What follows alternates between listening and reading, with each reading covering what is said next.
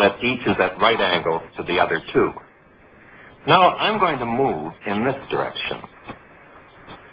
You see the frame at the same spot on your screen, but you know I'm moving this way because you see the wall moving this way behind me. But how do you know that I'm not standing still and the wall moving?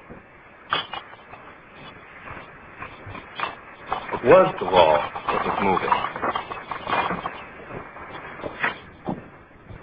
Now the wall has disappeared, and you have no way of telling whether I am moving or not. But now you know that I'm moving. The point of this is that all motion is relative.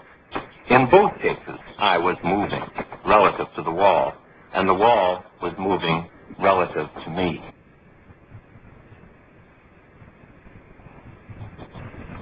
All motion is relative, but we tend to think of one thing as being fixed and the other thing as being moving. We usually think of the earth as fixed, and walls are usually fixed to the earth, so perhaps you were surprised the first time when it was the wall that was moving and not Dr. Hume. A frame of reference fixed to the earth is the most common frame of reference in which to observe the motion of other things. This is the frame of reference that you're used to. The frame is fastened to the table. The table is bolted to the floor is anchored in the building, and the building is firmly attached to the earth. Of course, the reason for having three rods is that the position of any object, such as this ball, can be specified using these three reference lines. This reference line points in the direction which we call up, which is a different direction here than it is on the other side of the earth. And these two reference lines specify a plane, which we call horizontal or level. In this film, we're going to look at the motion of objects in this earth frame of reference and in other frames of reference moving in different ways relative to the earth frame. Well, let's look at a motion. This steel ball can be held up by the electromagnet. Now I'm going to open the switch, and you watch the motion of the ball. The ball is accelerated straight down by gravity along a line parallel to this vertical reference line.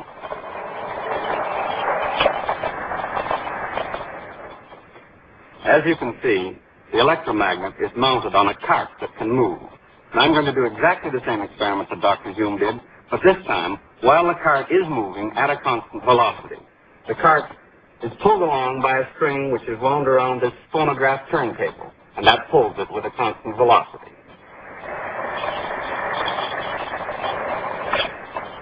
When the cart passes this line, the ball is released, as you can see. I'm going to start the cart down at the end of the table so that by the time it gets to this point, I can be sure it's moving with a constant velocity. Now, I want you to watch right here so that you will see the ball falling.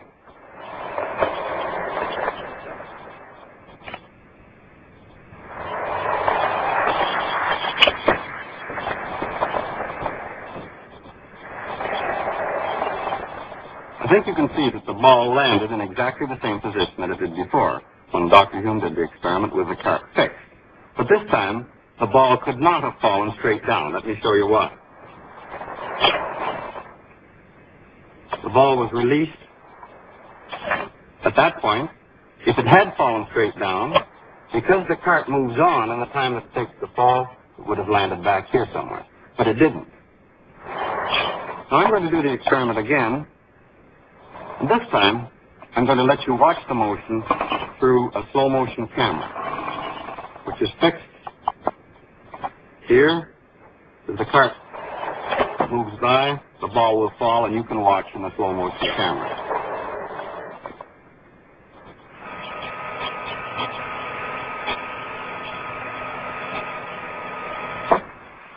I'll show you this again. This time there'll be a line on the film so that you can see the path. I think that you can see that the path of the ball is a parabola. But all of this has been in a frame of reference fixed to the earth. How would this motion look in a frame of reference which was moving along with the cart?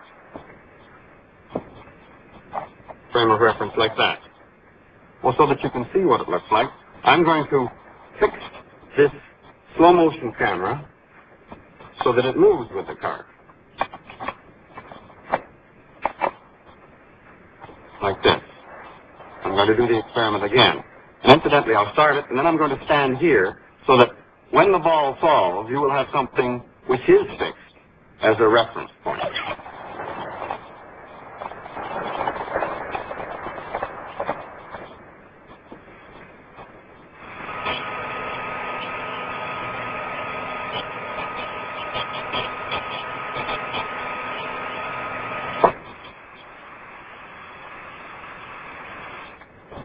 In the moving frame of reference, I think you could see that the path of the ball is a vertical straight line.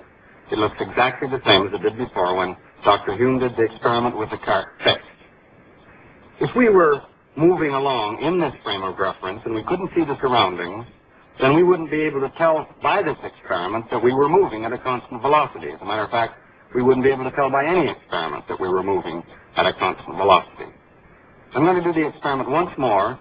And this time, I'm not going to stand here behind the ball as it falls so that you won't have any fixed reference frame.